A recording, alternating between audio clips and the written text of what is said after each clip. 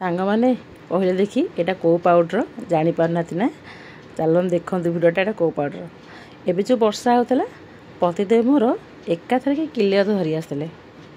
ଅଦା ଗୁଡ଼ିକ ସବୁ ଯେହେତୁ ଭିଜି ଯାଇଥିଲା ବର୍ଷାରେ ଟିକେ ଟିକେ ପୋଚି ଯାଉଥିଲା। ମୁଁ କହିଲି ଏତେ ଅଦା ନଷ୍ଟ ହୋଇଯିବ, ଆଉ ତାହେଲେ ଏଇ ଘରଣୀ ତାଙ୍କର ଥାଇ କି ଲାଭ। ସବୁତକ ଅଦା କ'ଣ କଲି ଭଲ ଭାବେ 4-5 ଥର କି ଭଲ ଭାବେ ଧୋଇଦେଲି ମାଟି ଛାଡ଼ିଲା ପର୍ଯ୍ୟନ୍ତ।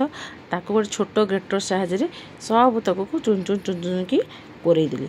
କୋରେଇ ସାରିଲା ପରେ ତାକୁ ନେଇ ଚାଲିଲି ଛାତ ଉପରକୁ, ମାନେ ଖରାରେ ଶୁଖେଇବାକୁ। ତ ପ୍ରଥମ ଦିନ ମୋତେ ଟିକେ ଶୁଖିବାକୁ କଷ୍ଟ ହେଲା, ଯେହେତୁ ବର୍ଷା ଖରା ହେଉଥିଲା ତ ସେ ଦରଦର ଶୁଖେଇ ହେଇଗଲା। ତାପରେ ପୁଣି ନେଇକି ତାକୁ ଦ୍ୱିତୀୟ ଦିନ ଶୁଖେଇଲି, ଦ୍ୱିତୀୟ ଦିନ ଶୁଖେଇଲା, ଆଉ ତୃତୀୟ ଦିନ ବେଳକୁ ସିଏ ମାନେ ଅଧା 90% ଶୁଖିଗଲା। ତ ଆଜି ଫାଇନାଲି ଶେଷ ଦିନ ତାକୁ ନେଇକି ମୁଁ ଖରାରେ ଶୁଖେଇଥିଲି। ଦେଖନ୍ତୁ ଆଉ ପୁରା ବଢ଼ିଆ ଭାବେ ଶୁଖିଯାଇଛି, ହାତରେ ବି ଚୁନା କରିଦେଲେ ଚୁନା ହେଇଯାଉଛି। ତ ତାକୁ ଏବେ ଫାଇନାଲି ମୁଁ ଆଣି କ'ଣ କଲି ନା ଗ୍ରାଇଣ୍ଡିଙ୍ଗ ଜାର୍ରେ ଦେଇକି ଗ୍ରାଇଣ୍ଡିଙ୍ଗ କରିଦେଲି। ଏବେ ମୋର ଅଦା ପାଉଡ଼ର ତିଆରି ହେଇଗଲା। ଆଉ ବହୁତ ଦିନ ସେ ରହିପାରିବ, ଆଉ ସବୁଥିରେ ବ୍ୟବହାର ହେଇପାରିବ। ତାହେଲେ କହିଲେ ଦେଖି ଘରଣୀ ମୁଁ 1 ନମ୍ବର ନା ନାହିଁ?